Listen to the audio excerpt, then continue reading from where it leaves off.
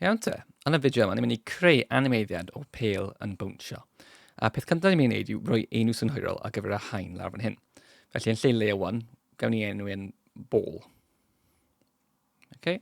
A dim ond un haen bydd yn y fideo yma. Nawr, y peth nesaf i edrych arno yw y llwyfan. So, ar y funud, mae'r llwyfan ar cant y cant, ni'n gallu gweld y holl peth. Ond weithiau, mae fe'n neis i gallu gweld ochrau y llwyfan hefyd. So, os ni'n addasu hwn, y chwyddiad fan hyn, i fod yn 50%, nawr ni'n gallu gweld y lle a'r gwagle o gwmpas y llwyfan. Mae'n bwysig dangos hwn oherwydd ni eisiau gwneud neu cael y syniad draws i'r plant, neu i'r pobl sy'n dysgu, bod unrhyw beth tu fas i'r llwyfan, bydd e ddim yn ymddangos pan ni'n allforio'r animeiddiad. So os ni'n rhoi pêl fan hyn, mae unrhyw beth tu fas i'r llwyfan, pan ni'n gwasgu allforio ar animeiddiad, bydd e ddim yn ymddangos. Mae fe ddim ar y llwyfan, felly bydd e ddim yn ymddangos pan ni'n allforio. Os ni'n llusgo hwn arno'r llwyfan, wedyn mae unrhyw beth ni'n allforio sydd ar y llwyfan yn cael ei ddangos yn y ffenest sy'n agor. So mae hwnna'n pwynt bwysig iawn i ddechrau gyda. Falle byddwch chi'n cael plant sy'n rhoi rhywbeth off y llwyfan a methu gweld e. A weithiau, chi'n gallu mynd ar goll gyda y llwyfan hefyd. Os chi'n chwyddo mewn gormod, mae hwn yn jyst yn edrych fel y llwyfan ar cant y cant. Felly mae'n bwysig bod ni ddim yn mynd ar y goll. A un tip, os chi'n gwasgu spacebar, pan chi'n gwasgu hwnna a wedyn llusgo o gwmpas, chi'n gallu symud o gwmpas ar y llwyfan. Mae hefyd y bwtwm yma sy'n rhoi chi yn y canol y llwyfan, ond fel arfer, mae'n well i just newid maint y chwyddiad mwyn gallu gweld falle y holl ffenest neu popeth gyda safle o gwmpas, y gwagle o gwmpas hefyd.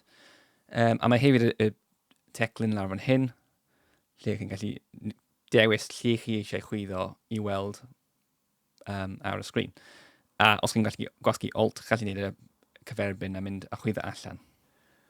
Mae jyst yn rhywbeth neis i ddangos i bobl, oherwydd mae'n gallu bod yn bach yn rwystredig os chi'n mynd ar y goll pan chi'n ceisio animeiddio. So fi'n ei groi ar 75% ar gyfer y fideo yma, fel bydd gallu gweld rhywfaint o ochr y sgrins. A nawr, gan ni cael gwared o'r pêl yma, a gawn ni ddechrau ar greu ein animeiddiad gyntaf. So, rhywbeth gallwn ni wneud yw addasu y llwyfan. So, mae gennym ni fan hyn hyd a lled, a mae gennym ni y lliw, y sgrin. So, gallwn ni addasu lliw, newid lliw y cefndir i fod yn, sa'n gwybod, llwyd. Okay, so dyna llwyd. Nawr ni'n mynd i ychwanegu pêl. So ni'n dewis ar y teclyn y oval. Os chi'n dal ar shift, bydd e'n gadael chi wneud cylch perffaith. So dal ar shift pan chi'n neud e. A wedyn ni'n gallu gwasgu ar selection tool a llusgo o gwmpas. A mae gyda ni un keyframe fan hyn. Iawn? So beth ni'n gael keyframe ni ffram allweddol. A mae gyda ni 24 ffram pob eiliad. A ni'n mynd i creu falle 12 ffram ar gyfer hwn. Lle mae'r pêl yn gollwng i'r llawr a mynd nôl i fyny. A bottom pwysig i wybod yw y bottom yma sef insert keyframe neu rhoi ffram allweddol i fewn. Okay, so gosod ffram allweddol. Mae opsiynau gwahanol ond just ffram allweddol keyframe sydd angen arno ni. A mae'n ychwanegu un arall yn y llinell amser fan hyn. So, ni'n gallu gweld, os ni'n newid rhwng y ddau trwy llusgo beth ni'n galw playhead fan hyn, ni'n gallu gweld bod dim byd yn digwydd, dim byd yn newid ar y sgrin, oherwydd ni heb addasu y ail ffram o'r ffram gyntaf. Okay? So, mwyn wneud animeiddiad, ni'n mynd i gwasgu ar y ail un, llusgo hwn i lawr ychydig, falle nid y holl ffordd, ond falle tymed bach, a wedyn, wrth ni'n mynd trwy nôl ymlaen rhwng y ddau, ni'n gallu gweld bod yna rhyw fath o symudiad. So, mae'n ymddangos fel symudiad. A dyna beth yw animeiddiad. So, nawr ni'n mynd i ychwanegu cwbl mwy yn gyflym iawn. So, fi'n llusgo fel lawr, ychwanegu ffram allweddol, llusgo lawr, ychwanegu un arall ac yn y blaen. Nes i ni gyrraedd gwaelod y sgrin. A nawr fi wedi creu sawl ffram allweddol. Mae pob ffram gyda y pêl mewn lleoliad gwahanol, lle mae'n gollwng ychydig pob tro. Ar y gwaelod, ni eisiau addasu maint ychydig. So, ni'n gwasgu ar y transform tool. A fi'n mynd i wneud edrych fel bod yn sgwasio yn erbyn y llawr. So felly gweld bod rhyw fath o effaith, mae'n un edrych bach yn fwy realistig.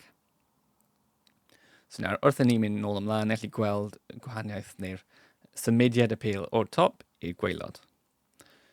Iawn, ni'n unig yn hapus gyda hwnna. Mae gwahanol pethau fan hyn, opsiynau, lle ni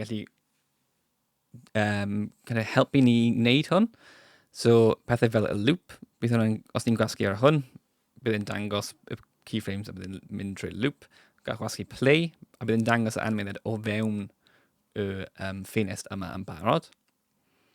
Os ni'n gwasgu ar y loop, ni'n gallu dewis pa ran ni eisiau i ailadrodd, a wedyn, os ni'n gwasgu play, mae'n gadael ni, mae'n chwarae drosodd a drosodd. Okay. Ni'n hapus gyda hwnna. Beth ni eisiau nesaf yw gweddill bod y pêl yn bwnsio nôl i fyny. Gallwn ni wneud hwnna trwy ail wneud y holl proses eto, mynd nôl, llysgrifau fyny ac yn y blaen. Ond os ni eisiau'r pêl i just gwneud union yr un peth, ond i'r gwrthwyneb, so backwards, fel petai, ni'n gallu wneud hwnna mewn ffordd eitha clever. Os ni'n dewis pob un o'r rhain, trwy gwasgu ar un a llusgo draw, glicio, a wedyn gwasgu ar copy frames, wedyn gwasgu ar y ffram nesaf, so y lleoliad nesaf yn yr animeiddiad. So os ni'n gwasgu mewn fan hyn, ni'n gallu wedyn wneud paste frames. A mae'n copio beth ni'n wneud yn barod, ac mae'n ailadrodd fe. A nawr, beth gallwn ni'n wneud yw dewis y rhai newydd glido i mewn, glicio ar hwn, a mae opsiwn fan hyn, reverse frames. A beth mae hwnna'n wneud yw mae'n creu'r effaith bod chi wedi creu yr animeiddiad i'r gwrthwyneb. So mae'n chwarae'r rhan gyntaf, felly mae'r pêl yn cwmpo i lawr, a wedyn mae'n ymddangos fel mae'r pêl yn gwneud y peth i'r gwrthwyneb, lle mae'n bwnsio nôl i fyny. Mae yna 2 ffram yn y canol fan hyn sydd yr un peth. Falle bydd angen addasu hwn, cael gwared un o'n nhw, ond gawn ni weld os ni'n chwarae fe sut mae'n edrych. Okay. So, dyla'r pêl, cwmpo i lawr, bwnsio, mae'n edrych fel mae'n sgosio yn erbyn y llawr, a wedyn bwnsio nôl i fyny a cyrraedd y brig y sgrin. So, os ni'n dewis popeth, trwy gwasgu ar y loop gyntaf, a wedyn dewis ar y ffram efo'n hyn, gwasgu play, a mae hwn yn edrych yn eitha neis ar gyfer animeiddiad. So, yn digon syml, dyna yw'r animeiddiad gyntaf chi'n gallu creu trwy defnyddio fframiau. So, ni'n galw hwn ffram wrth ffram, neu animeiddio ffram wrth ffram, frame by frame.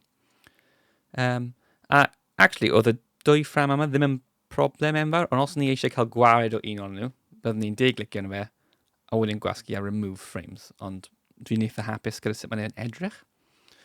Felly, dyna yw'r animeiddiad cyntaf. Os ni eisiau cadw fe, file, save as, enw fe'n rhywbeth synhwyrol, a falle byddwch chi'n sylweddoli bod e'n gweud .fla, sef flash.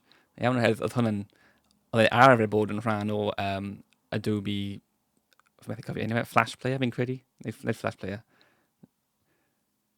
Ond fi'n methu cofio'r meddalwedd, ond dyna ni. A gan ni enw fe'n rhywbeth synhwyrol, so falle ball version 1 fydd ni'n galw hwn.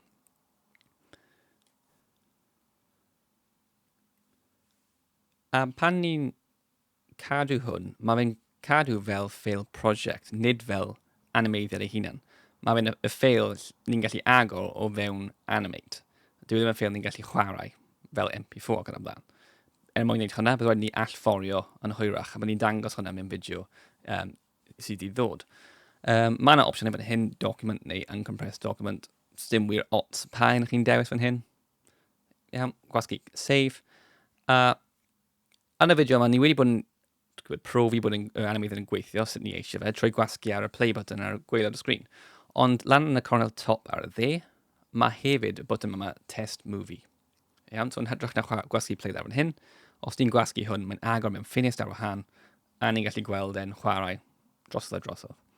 A dyna fe am y fideo yma.